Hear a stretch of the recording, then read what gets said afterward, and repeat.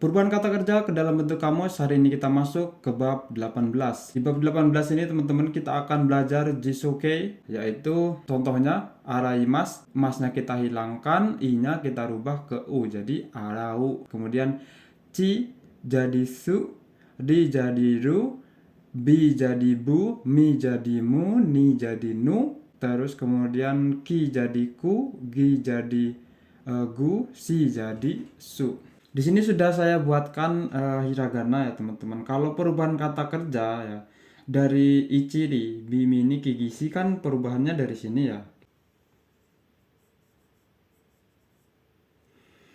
Ya, dari ichiri, bimini, kigisi kan dari sini. Dari sini kita ubah ke tengah ya. Jadi ke sini. Ke sini ya teman-teman.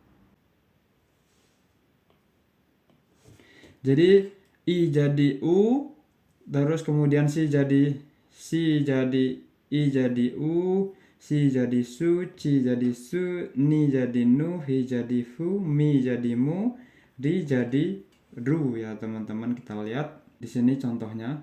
Kalau kita lihat contohnya di sini ada araimas jadi arau, araimas jadi arau, terus tachimas jadi tatsu, masnya kita hilangkan jadi tatsu, terus kemudian hairimas jadi hairu, yobimas jadi yobu, yobu, terus kemudian yomimas jadi yomu, terus kemudian sinimas jadi sinu, kakimas jadi kakimas jadi kaku, terus kemudian isogimas jadi isogu, naoshimas jadi naosu ya teman-teman. Jadi perubahan ichiri bimini jadi utsuru bumunu kugusu. Perubahan dari i ini kita rubah ke bentuk u ya di tengah. Terus kalau di ni grupu atau grup kedua bagaimana? Grup kedua juga mudah. Kalau kita kemarin di naike kan masnya kita hilangkan, tinggal kita ubah ke nai ya.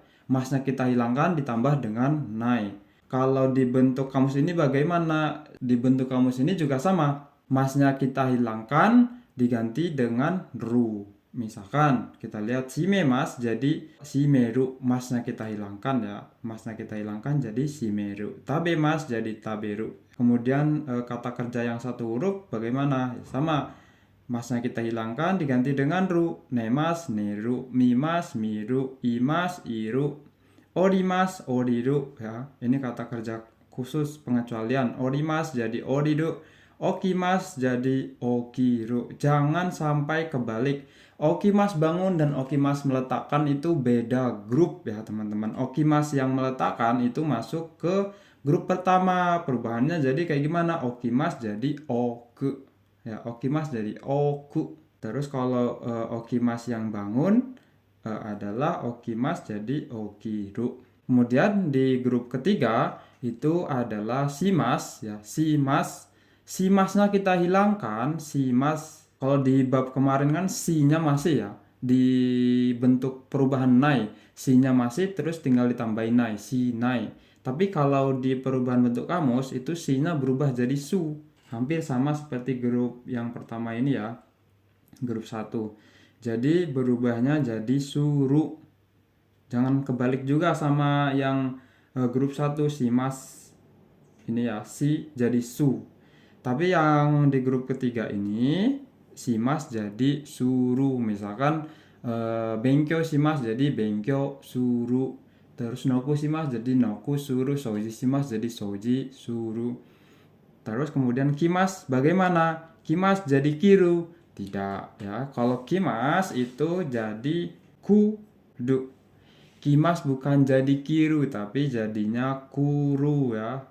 Kemarin kan dalam bentuk naike kimas jadi konai ya. Hati-hati kalau kimas ini. Jangan sampai salah juga, kimas jadi kuru kalau dalam bentuk kamus ya teman-teman. Bisa dipahami ya bentuk jisoke ini harus sering latihan ya.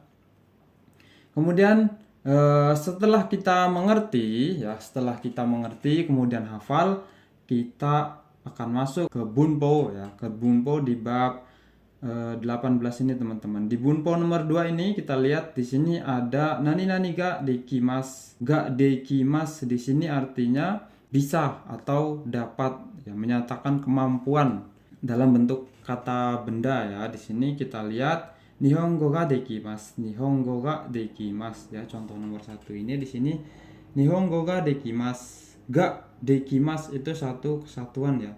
Ga dekimasu, Nihongo ga dekimasu artinya bisa bahasa Jepang, bisa bahasa Jepang. Nah, terus unten ga dekimasu, bisa nyetir. Nomor 2, unten ga dekimasu. Unten ga dekimasu, bisa nyetir atau bisa mengendarai. Kemudian contoh berikutnya di sini ada watashi wa piano ga dekimasu. Piano ga dekimasu. Watashi wa, saya bisa piano, bisa piano. Saya bisa piano. Terus kemudian di contoh berikutnya di sini ada kono hito wa shigoto ga dekimasu. Kono hito wa, orang ini bisa kerja. Kono hito wa shigoto ga dekimasu, orang ini bisa kerja, ya. Mudah, ya. Ga dekimasu. Terus kemudian setelah kata benda di sini ada melakukan sesuatu atau dalam bentuk kata kerjanya kemampuan, ya. Artinya masih sama, bisa atau dapat melakukan sesuatu. Bisa atau dapat melakukan sesuatu. Jadi kalau di bunpo nomor 2 ini kan adalah kata bendanya. Kemudian di nomor ketiga ini, di sini udah mulai pakai jisoke, bisa melakukan sesuatu. Kita lihat contoh nomor 1, di sini ada ryori suru koto ga dekimasu. Ryori suru koto ga dekimasu. Jisoke ditambah koto ga dekimasu. Koto ga dekimasu artinya bisa melakukan sesuatu, ya. Ryori suru koto ga dekimasu, bisa memasak, bisa memasak. Kalau dalam bentuk ininya bagaimana? Kalau bentuk kata kerjanya, berarti tinggal suruhnya kita hapus, terus kotonya kita hapus juga. Ryori ga dekimasu. Ryori ga dekimasu, ya. Kalau dimasukkan ke rumus ini, ryori ga dekimasu. Tapi kalau dia kata kerja, jadi ryori suru koto ga dekimasu. Contoh berikutnya di sini ada nihongo o hanasu koto ga dekimasu. Nihongo o hanasu, maksudnya hanasu ini berbicara. Nihongo hanasu koto ga dekimasu, bisa berbicara bahasa Jepang. Atau nihongo de hanasu koto ga dekimasu, bisa berbicara menggunakan bahasa Jepang. Kemudian contoh berikutnya, kanji o yomu koto ga dekimasu. Kanji o yomu koto ga dekimasu.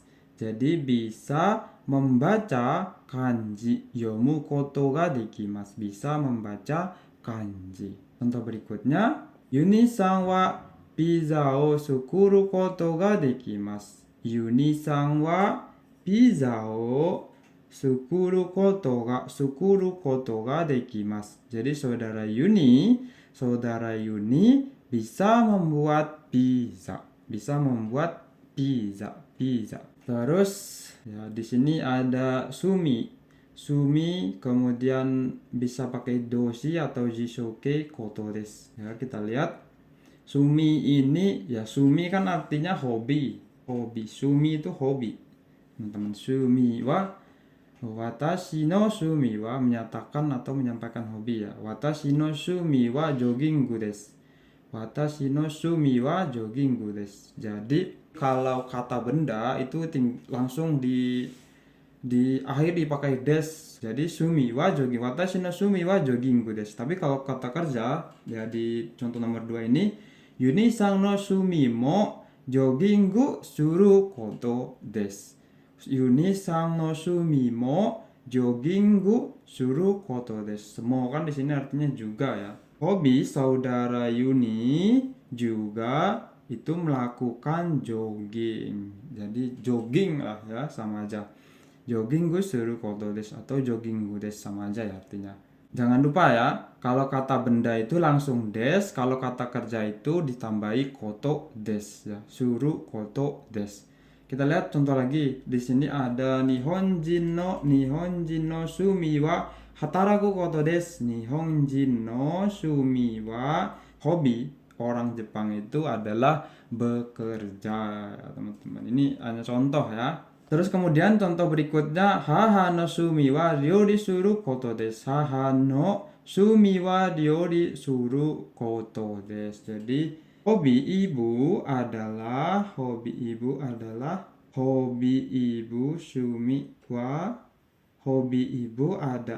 ryori suru koto desu, memasak. Ryori suru koto desu, memasak. Kalau dijadikan kata benda bagaimana ya?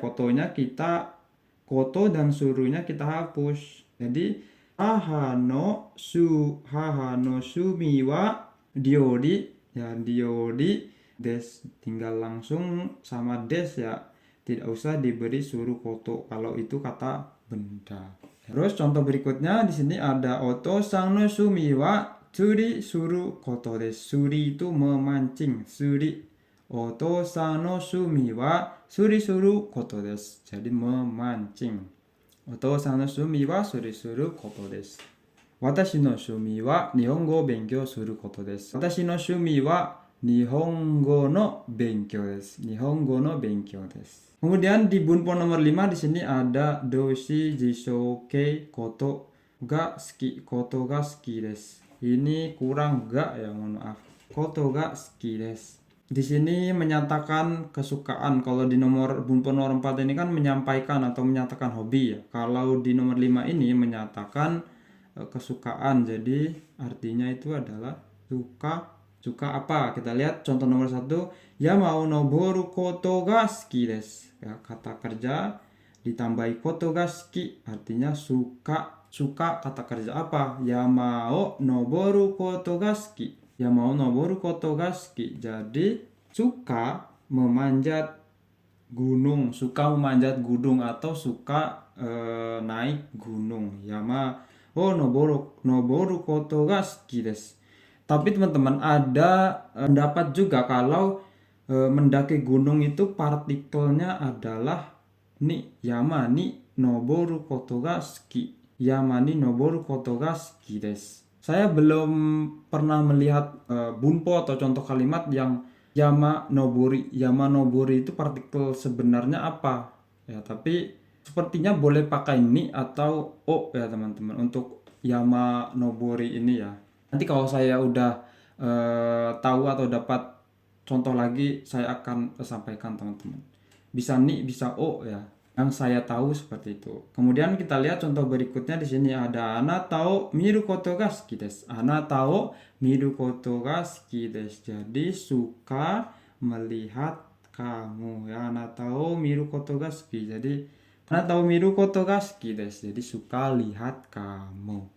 Kemudian contoh berikutnya di sini ada Nihonjin wa jitensha o noru koto ga suki desu. Nihonjin wa jitensha o noru koto ga suki desu. Jadi orang Jepang ya suka jitensha o noru koto ga suki desu. Jadi orang Jepang itu suka naik sepeda ya, atau aruku koto ga suki desu. Nihonjin wa aruku koto ga suki desu. Jadi orang Jepang suka berjalan. Contoh berikutnya di sini ada watashi wa eiga o miru koto ga suki desu. Watashi wa eiga o miru koto ga suki desu. Saya suka nonton film. Ya, contohnya seperti itu. Kemudian kita lihat di sini ada doshi jishouke. Ya, doshi jishouke. Mae ni nani mas. Mae ni itu artinya adalah sebelum ya. Sebelum itu menyatakan sebelum melakukan kata kerja apa ya, sebelum melakukan suatu kata kerja itu ada kata kerja yang terjadi gitu. Lihat aja contohnya di sini ada taberu mai ni ya kan, di kata kerja utamanya itu makan. Tapi di sini dia ada sesuatu yang terjadi, yaitu apa? Teo araimasu, mencuci tangan. Taberu mai ni sebelum. Mai ni artinya di sini adalah sebelum ya. Mai ni sebelum makan ya, sebelum makan teo araimasu. Sebelum makan teo araimasu, mencuci tangan. Terus contoh berikutnya di sini ada benkyou suru mai ni oinori shimashou. Benkyou suru mai ni oinori shimashou. Jadi sebelum belajar sebelum belajar benkyo shimasu. Jadi benkyo suru mae ni sebelum belajar o inori shimasu itu berdoa. Sebelum belajar masyo kan di sini artinya mari ya, mari berdoa, ajakan ya. Sebelum belajar mari berdoa. Kemudian masih di mae ni, di sini contoh berikutnya ada kaisha e iku mae ni asa gohan o tabemasu. Kaisha e iku mae ni sebelum pergi ya, sebelum pergi ke perusahaan, asa gohan o tabemasu, makan makanan pagi atau sarapan. Asa gohan o tabemasu, makan nasi, makan makanan pagi atau sarapan. Contoh berikutnya di sini ada neru mae ni nikki o kakimasu. Neru mae ni sebelum tidur, nemas jadi neru mae ni sebelum tidur, nikki itu catatan harian ya, nikki itu catatan harian atau buku harian. Nikki o kakimasu, menulis catatan harian atau menulis diary, nikki itu. Terus kemudian di sini ada kalau di nomor 7 ini, bunpo nomor 7 ini itu kata benda mae ni ya, kata benda sebelum melakukan sesuatu, artinya sama. Tapi biasanya mae ni ini digunakan untuk kata kerja yang konotasinya ada kegiatan seperti itu. Testo kan kegiatan kan, testo no mae ni ya, artinya sama sebelum ya. Testo no mae ni benkyou shinakereba narimasen. Jadi sebelum tes benkyou shinakereba narimasen. Kita kan sudah belajar. Nakereba narimasen artinya harus. Benkyou shinakereba narimasen, sebelum tes harus belajar ya. Jadi meisi kata benda di sini itu atau kata benda yang bisa masuk ke grup ketiga, yaitu kata kerja yang bisa ditambahi shimasu, testo shimasu. Di sini ada jugyo shimasu, jugyo itu pekerjaan ya. Terus kaimono shimasu ya, yang konotasinya itu bisa masuk ke grup ketiga. Testo no mae ni benkyou shinakereba narimasen, harus belajar sebelum tes atau sebelum tes harus belajar. Terus kemudian di contoh nomor 2 ini ada jugyo no mae ni sebelum pekerjaan. Jugyo itu pekerjaan ya, pekerjaan. Jugyo no mae ni sebelum pekerjaan, mono o junbi shimasu, mempersiapkan barang atau jugyo dogu peralatan pekerjaan. Sebelum pekerjaan mempersiapkan barang ya, barang pekerjaannya dipersiapkan. Terus kaimono no mae ni okane o oroshimasu. Kaimono no mae ni ya, di sini karena kata benda.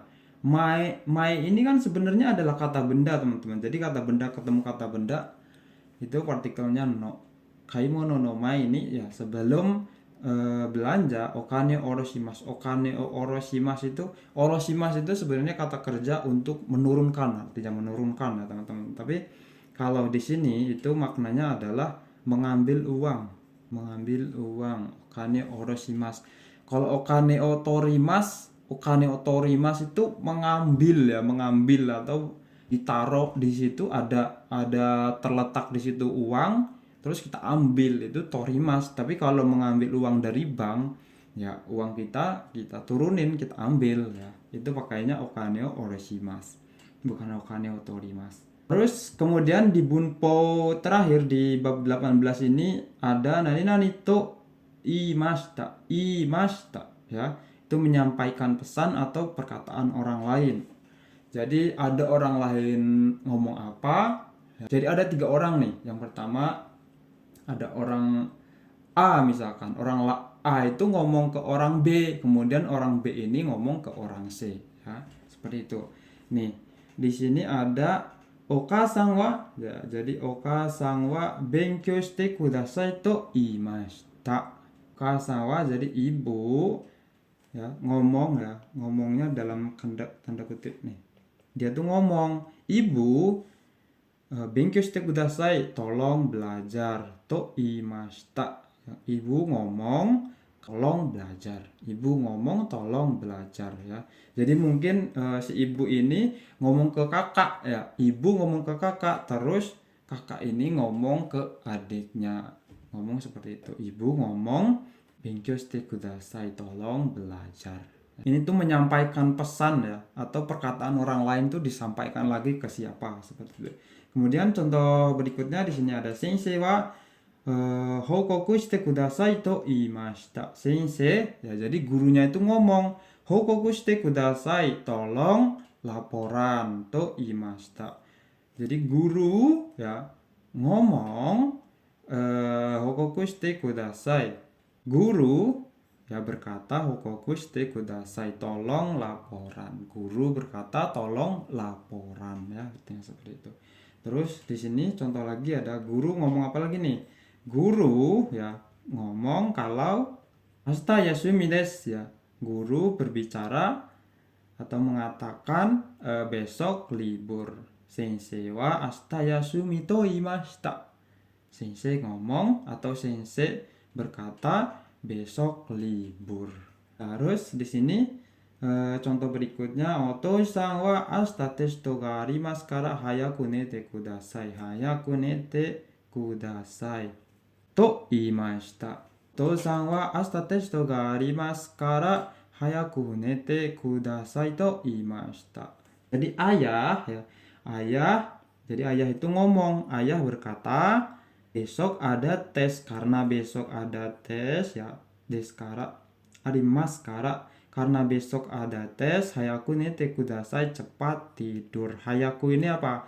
Hayaku kan kata sifat ya, kata sifat ketemu dengan kata kerja yang kita akan pelajari di bab 19 besok ya. Hayaku nete kudasai, cepat tidur. Jadi kata sifat ketemu kata kerja, ada nanti perubahannya di bab berikutnya ya, di bab 19 besok. Itu to imashita itu menyampaikan kepada orang lain. Bagaimana teman-teman, di bab 18 ini lumayan banyak bunponya ya, ada 8 bunpo dan perubahan yang penting banget untuk kita hafal ya, yaitu perubahan kata kerja ke dalam bentuk kamus. Karena di dalam kamus bahasa Jepang itu pakainya adalah kata kerja ini ya, bukan mas-mas ya. Misalkan kalau kita nyari butsukarimas itu di dalam kamus tidak akan ketemu, tapi yang ada bentuk kamus ini butsukaru seperti itu. Jadi ini penting banget untuk dihafalkan ya, karena di bab-bab berikutnya pun kita udah nggak pakai mas lagi, kita udah pakainya bentuk kamus ya, bentuk perubahan, bentuk nai, bentuk T, bentuk kamus, kemudian nanti ada lagi bentuk lampau, bentuk tak ya, mas tak, tapi nanti ada perubahan lagi. Sampai di sini dulu di bab 19. Jangan lupa untuk bertanya. Kalau ada bunpo atau bab yang nggak ngerti silahkan bertanya. Sampai di sini dulu, sampai ketemu di bab berikutnya.